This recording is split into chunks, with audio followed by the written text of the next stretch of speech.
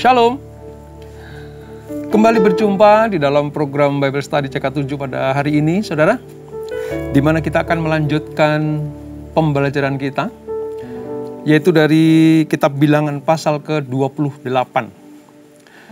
Bilangan 28 ini berbicara tentang bangsa Israel oleh Musa diingatkan kembali supaya membawa korban-korban persembahan kepada Allah. Korban itu bisa dilakukan secara harian, mingguan, atau tahunan. Nah, ini diulang kembali oleh Musa kepada generasi kedua sebelum mereka masuk ke tanah perjanjian. Nah, seperti apa isinya kitab Bilangan 28 ini? Sebelum kita baca, kita pelajari, kita ambil manfaat dan rema di dalamnya, kita akan minta tuntunan Tuhan supaya mengurapi kita. Supaya mata hati kita, mata rohani kita dicelikkan Tuhan. Sehingga kita mengerti apa yang menjadi kehendak firman Tuhan pada hari ini untuk kita semuanya. Kita masuk dalam hadiratnya, saudara. Haleluya Yesus.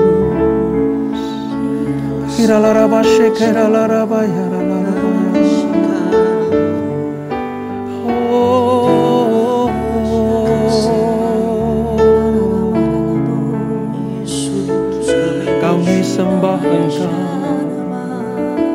kami tinggikan nama-Mu, kami agungkan Engkau Yesus.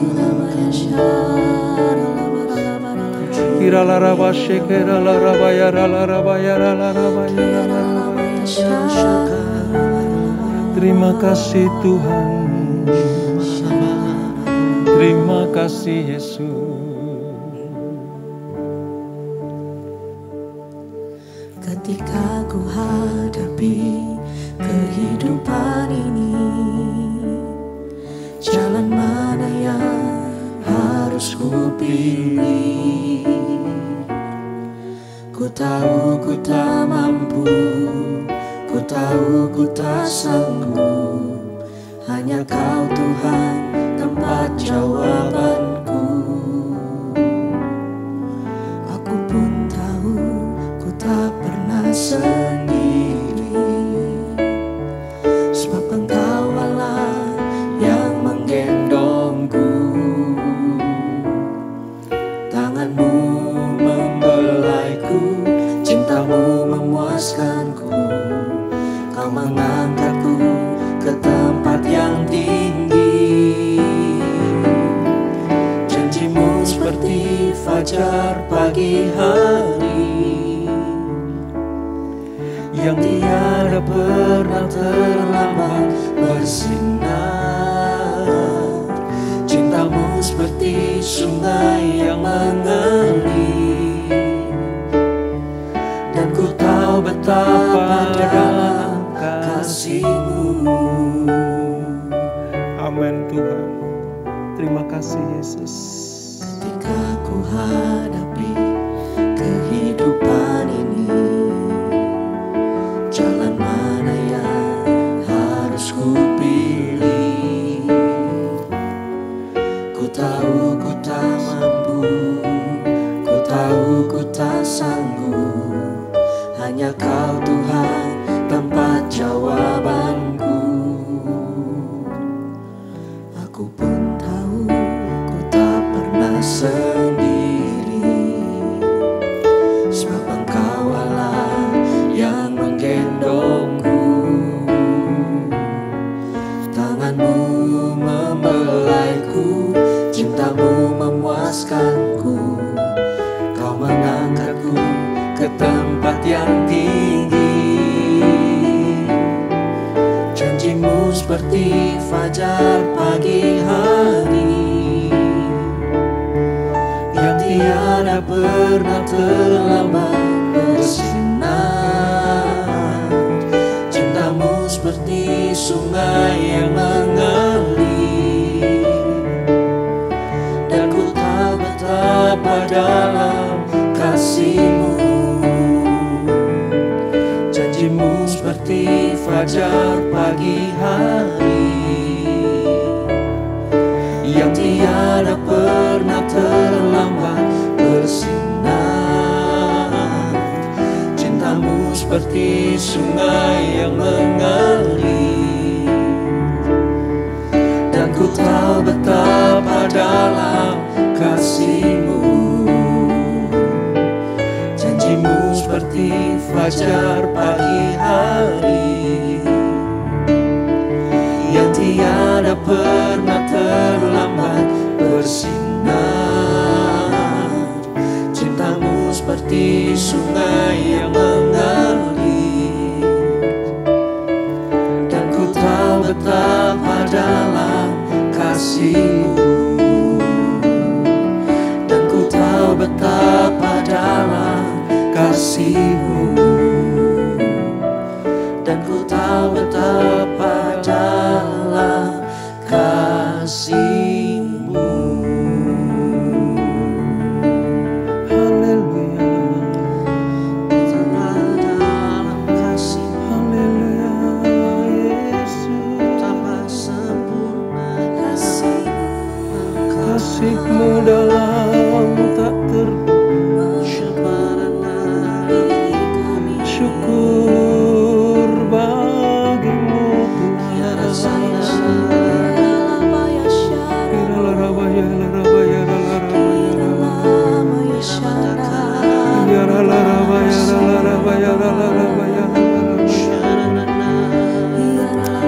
Kau Allah yang menyertai, Kau Allah yang selalu bagi kami. Engkau yang menuntun kami anak-anak. Kami percaya hadirat-Mu ada Tuhan, memenuhi kami selamanya.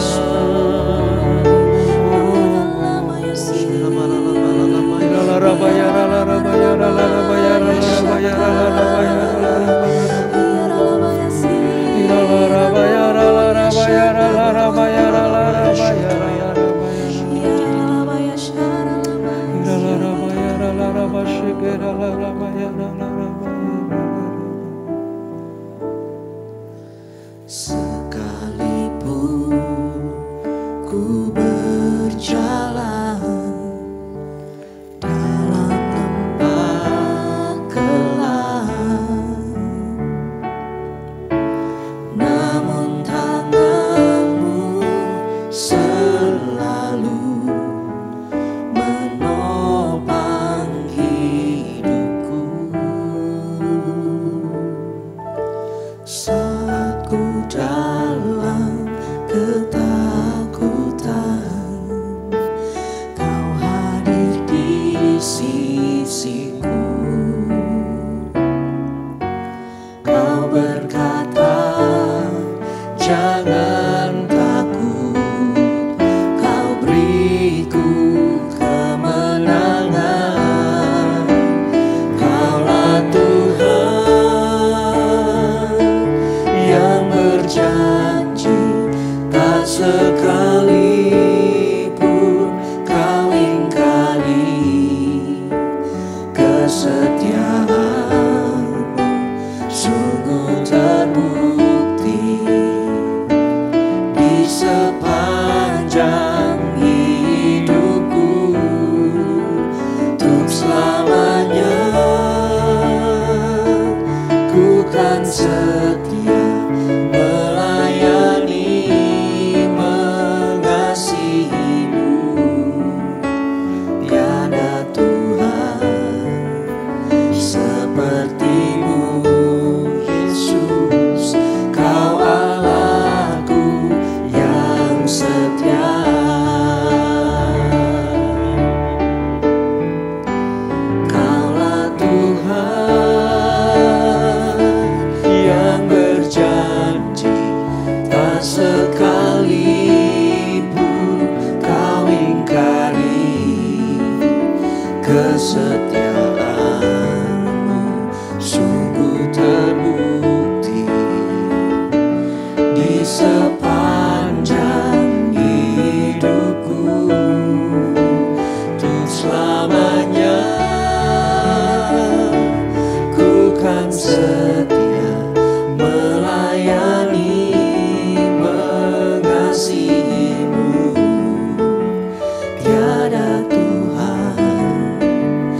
seperti-Mu, Yesus.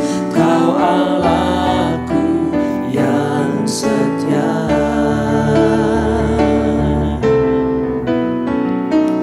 Kaulah Tuhan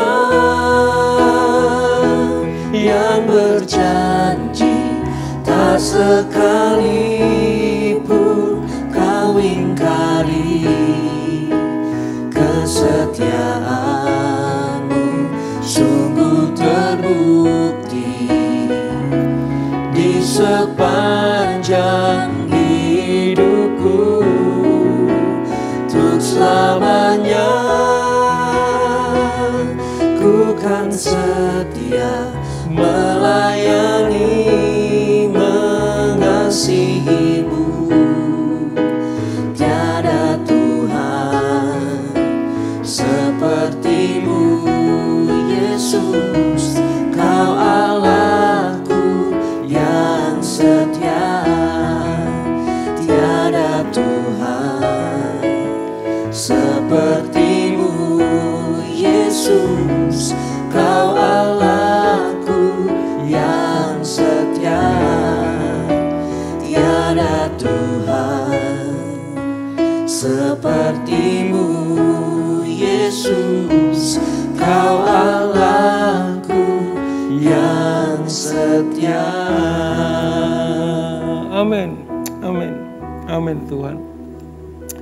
Terbukti sungguh kasih setia-Mu untuk kami anak-anak-Mu.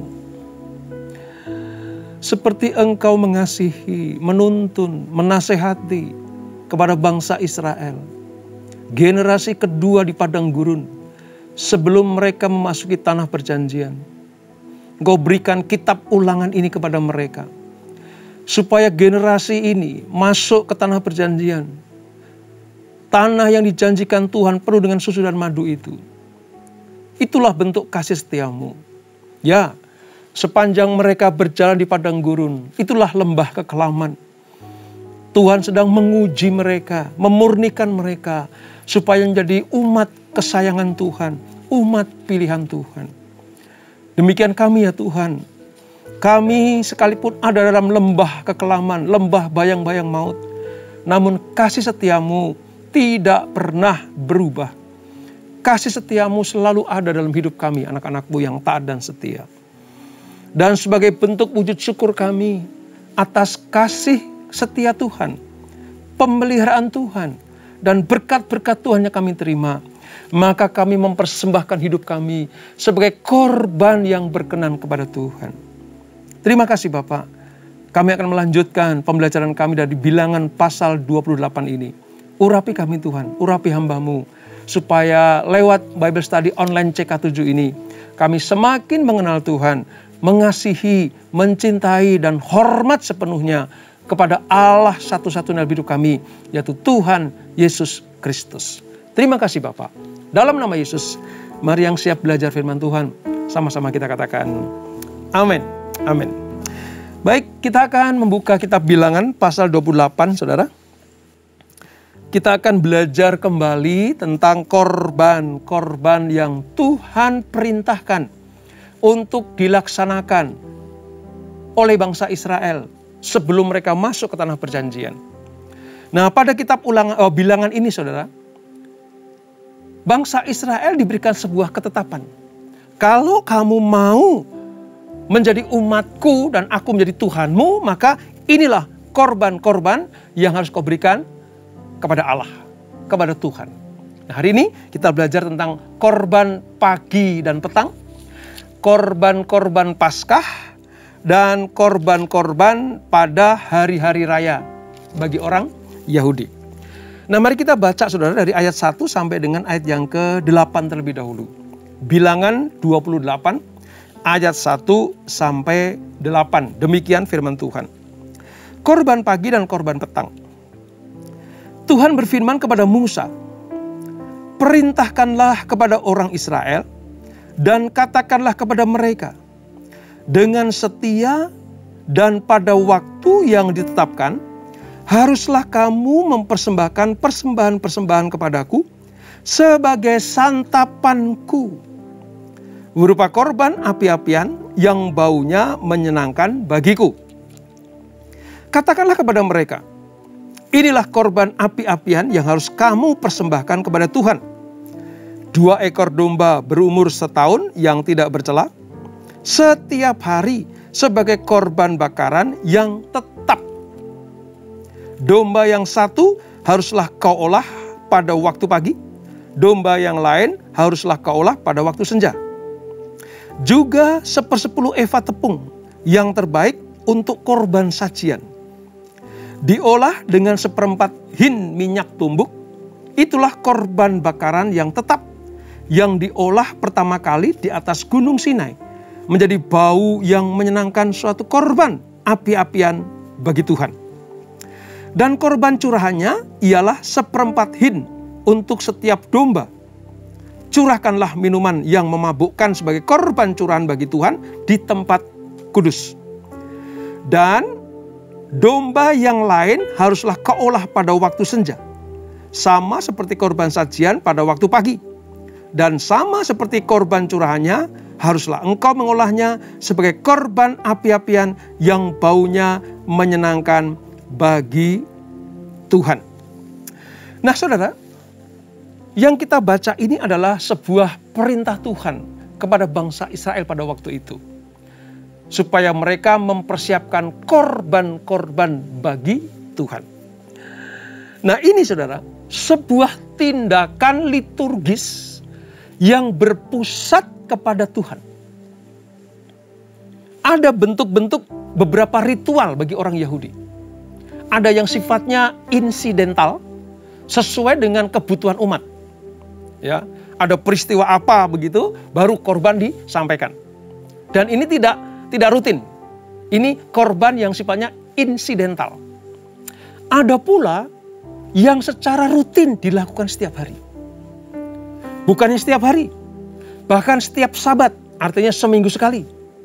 Dan setiap bulan baru, ya, awal dari bulan baru, bahkan yang sifatnya juga tahunan. Jadi harian, mingguan, bulanan, tahunan, dan insidental. Artinya waktu-waktu yang mendadak harus disampaikan korban kepada Allah. Semua ini menunjukkan bagaimana seharusnya umat Israel menjalani hidup. Jadi sebenarnya bisa saya katakan begini saudara, bahwa Israel pada perjanjian lama, khususnya pada peristiwa kitab Bilangan ini terjadi, itu hidup mereka penuh dengan ritual kepada Allah. Setiap bentuk ibadah di kemah suci memiliki makna teologis, ya, yang mengakar pada hakikat Allah itu sendiri. Maksudnya bahwa tindakan apa yang dilakukan di kemah suci itu bentuk dari persekutuan antara umat dengan Allah. Dan ini diperintahkan Tuhan, saudara. Persekutuan antara umat Allah dengan Tuhan itu perintahnya dari Tuhan. Dan kalau Israel melakukannya, maka mereka disebut sebagai umat yang taat dan setia. Yang menghormati Allah. Yang mengerti akan kebaikan-kebaikan Tuhan. Itulah sebabnya makanya semua korban ini dipersembahkan kepada Allah. Ya, kepada Tuhan Allah Israel. Nah, peraturan persembahan korban ini diulang kembali. Ingat ya, pada zaman imamat sudah dilakukan, maka kepada generasi kedua sebelum masuk ke tanah perjanjian, itu diulang kembali. Allah mengulang kembali kewajiban Israel dalam hal mempersembahkan korban harian, korban Sabat, korban bulan baru, bahkan korban tahunan. Dan hukum tentang persembahan korban ini pernah diberikan kepada Israel melalui Musa pada generasi pertama.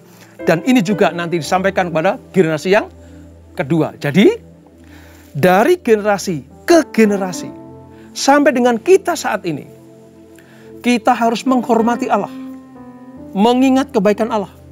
Dengan cara apa? Membawa korban persembahan bagi Tuhan. Nah, ada pertanyaan begini saudara. Mengapa Allah mengulang kembali? Mengapa Allah begitu memandang penting hal ini sehingga harus diulang kembali, diingatkan kembali? Ya. Dengan menambahkan perintah untuk memberikan korban Sabat dan bulan baru. Ada dua kemungkinan, saudara.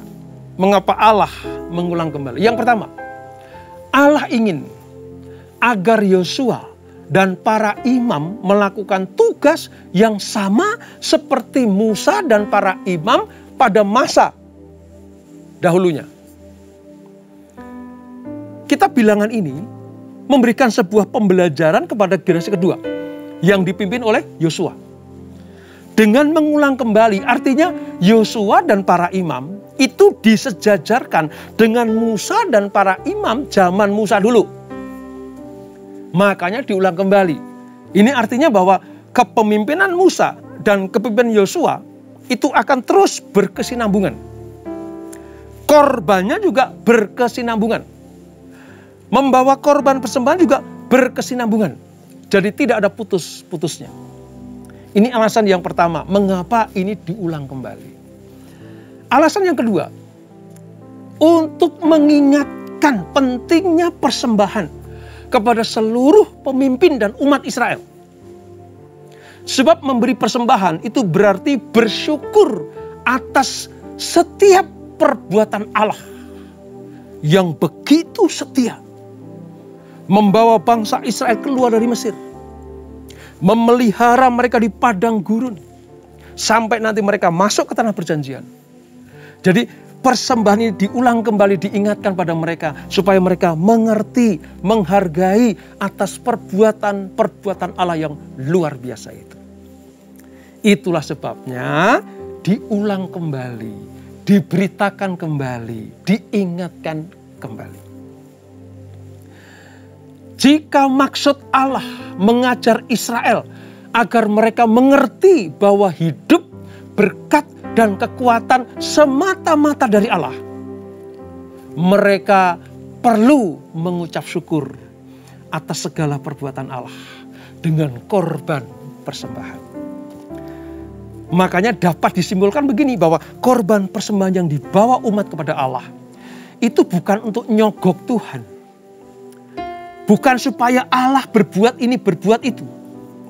Tapi korban yang diberikan kepada Allah, korban yang diunjukkan kepada Tuhan, tujuannya adalah mengucap syukur atas apa yang sudah dilakukan oleh Allah. Ya, jadi jangan salah mengartikan, saudara, tentang korban persembahan itu. Bukan supaya Allah berbuat, tapi karena Allah sudah berbuat buat kita, maka kita mengucap syukur kepada Tuhan dengan membawa korban persembahan kita. Nah, apakah tetap up to date bagi para umat Allah di perjanjian baru? Sementara ini, ritual ini pada perjanjian lama. Ada tadi korban petang, korban pagi, ya. Ada anak domba, ada sekian hin tepung, ya. Apakah masih dilakukan di perjanjian baru?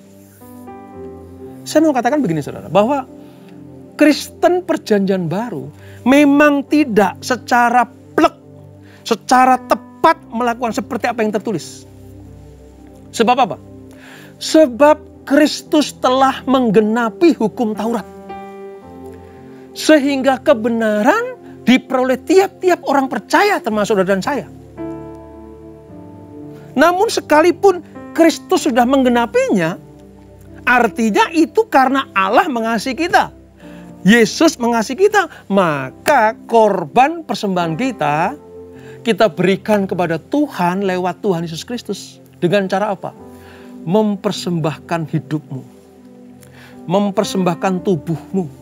Roma 12 ayat 1. Mempersembahkan waktu kita, pemikiran kita, bahkan harta kita juga. Mungkin tidak lagi berupa kambing domba, dan memang tidak seperti itu. Tidak berupa lagi tepung dibawa ke gereja. Atau lembu sapi disembelih di depan altar gereja. Bukan. Sekarang yang Tuhan minta adalah hidupmu dan hidupku. Pemikiranmu dan pemikiranku. Tenagamu dan tenagaku. itu kita persembahkan kepada Tuhan. Juga hartamu dan hartaku. Mana yang persembahkan kepada Tuhan, berikan. Ya, kita sudah belajar itu tentang apa? Benih dan roti. Roti kita makan, benih kita tabur. Milik Tuhan kita kembalikan, bagian kita pergunakan. Dengan demikian kita disebut sebagai umat Allah yang layak mendapatkan kasih karunia Tuhan. Ya, kita sudah tidak melakukan ritual seperti ini lagi. Tapi kita mempersembahkan hidup kita kepada Tuhan. Tubuh kita kepada Tuhan. Sebagai persembahan yang hidup, kudus yang berkenan kepada Allah. Nah, sedikit kita lihat di ayat yang ke-16, saudara. Mulai dari ayat 16, itu berbicara tentang korban-korban Paskah. Ya, korban-korban Paskah. Ada korban Sabat, ada korban Paskah. Kalau Paskah itu tahunan. Kalau Sabat itu bulanan. Mingguan. Gitu ya. Itu. Sebagai bangsa yang merdeka di dalam Allah, para imam Israel bertugas untuk memimpin peringatan hari Paskah ini. Mereka merayakan Paskah selama 7 hari dengan makan roti yang tidak beragi. Ini pernah kita pelajari di kitab Keluaran. Ya. Selain itu mereka membakar korban setiap hari. Dan pada hari yang ke-7 mereka mengadakan perjamuan kudus. Ini saudara, ayat 16 sampai dengan ayat yang ke-31. Itu berbicara tentang korban Paskah. Mengapa ini diingatkan kembali? Ingat Paskah, ingat tentang kematian anak sulung. Ingat Paskah, kita ingat tentang darah anak domba. Ingat Paskah, ingat tentang pembebasan bangsa Israel dari kungkungan perbudakan di Mesir lewat peristiwa anak sulung mati yang membuat bangsa Israel dipersilakan pergi dari Mesir. Mengapa ini penting? Dari generasi kepada generasi sampai dengan kita saat ini, Paskah harus dirayakan. Korban Paskah harus dilakukan. Sebab pengganti anak sulung yang tidak mati bagi bangsa Israel adalah korban yang sangat penting di mata Tuhan.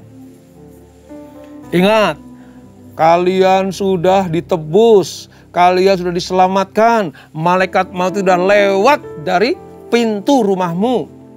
Kamu tidak mengalami kematian anak sulung. Ya, oleh sebab itu, peringati ini.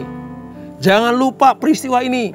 Sebab ini adalah peristiwa keselamatan yang Tuhan berikan kepada bangsa Israel. Makanya pada perayaan atau korban Paskah ini, saudara, ada perjamuan kudus. Sebagai apa? Peringatan akan kelepasan bangsa Israel dari kematian anak sulung. Dan kalau perjanjian baru, peringatan atas pengorbanan Yesus di atas kayu salib. Di mana tubuh dan darahnya, ya, tubuh dicabik-cabik, bilur-bilurnya menyembuhkan kita, darahnya menyucikan kita. Dan inilah pentingnya perayaan Paskah atau korban Paskah, ibadah Paskah. Makanya gereja yang merayakan Paskah, mengenang akan kebaikan Tuhan, kematian dan kebangkitan Tuhan Yesus adalah gereja yang dirindu-rindukan Tuhan. Gereja yang berkenan kepada Allah. Saya mengingatkan buat kita semuanya, kalau pas merayakan Paskah, ingat, harusnya kita mati, tapi Kristus Tuhan kita yang menggantikan kita. Rayakan dengan penuh sukacita, rayakan dengan gegap gempita, supaya dunia tahu bahwa kita adalah anak-anak perjanjian yang dimerdekakan Tuhan.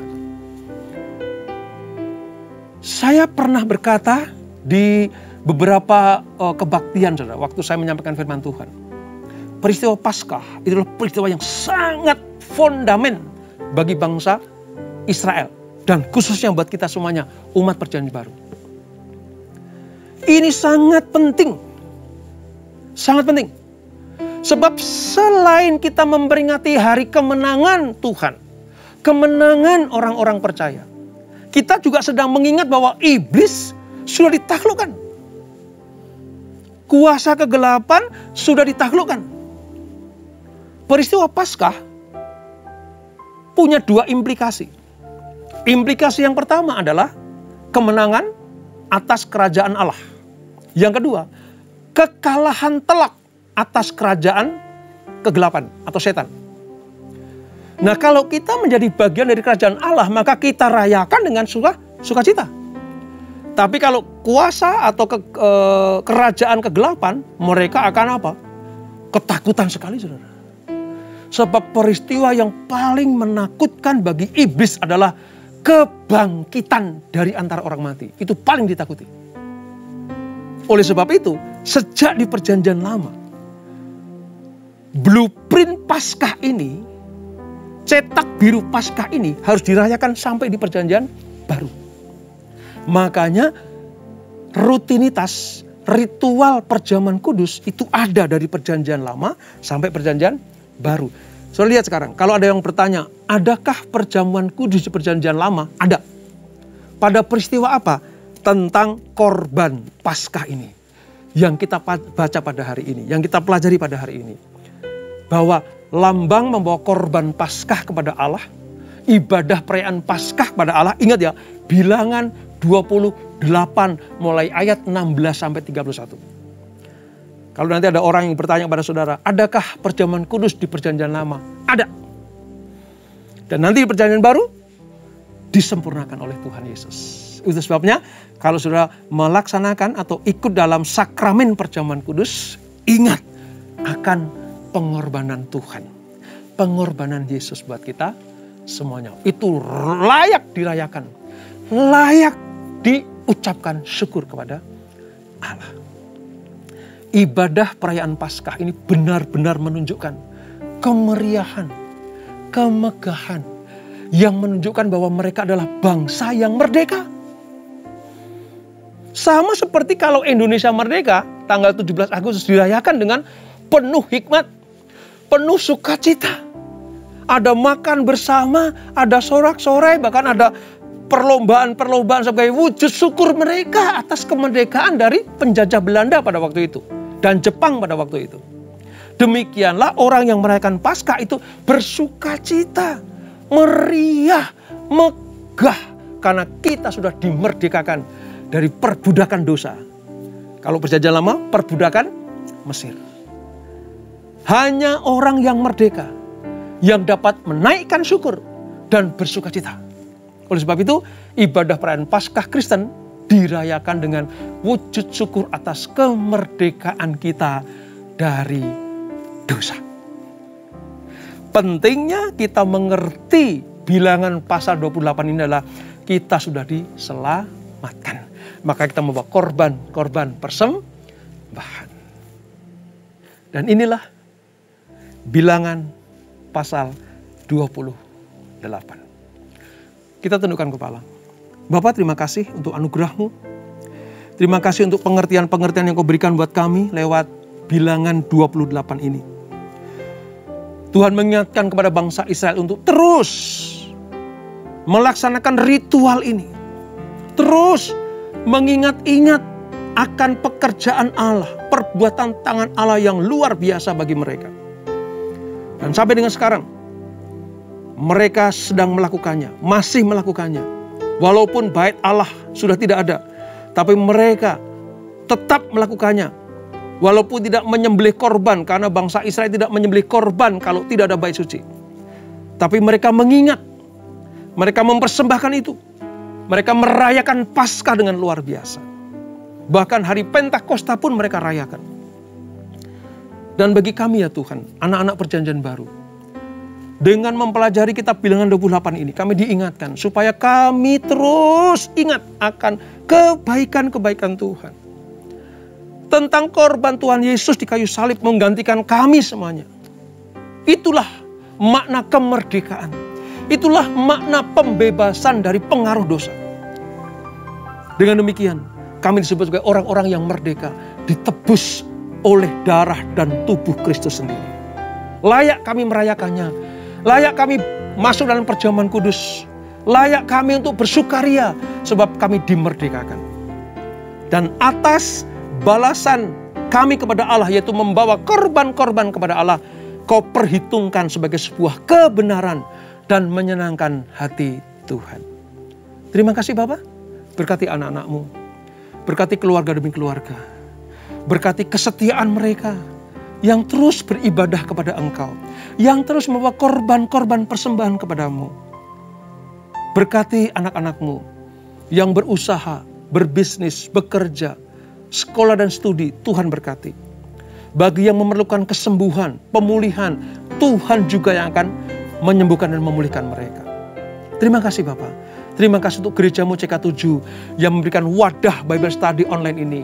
Supaya kami semakin mengenal, semakin cinta kepada Tuhan. Berkati para pemimpin kami, berkati gembala-gembala kami semuanya. Terima kasih Bapak. Sebelum kami berpisah, kami siapkan hati kami terima berkat yang daripadamu. Kekasih-kasih Kristus arahkan hatimu kepada Tuhan. Terimalah berkat kasih anugerah dari Allah Bapa yang berlimpah-limpah. Di dalam Anak yang tunggal Tuhan Yesus Kristus. Dan persekutuan yang manis dalam Roh Kudus menyertai kita semuanya. Mulai saat ini sampai Maranatha. Tuhan Yesus datang untuk yang kedua kali menjemput kita semuanya. Bertemu di awan-awan yang permai. Menikmati kemuliaan kekal sampai selama-lamanya. Yang diberkati, sama-sama kita katakan amin. Tuhan Yesus memberkati.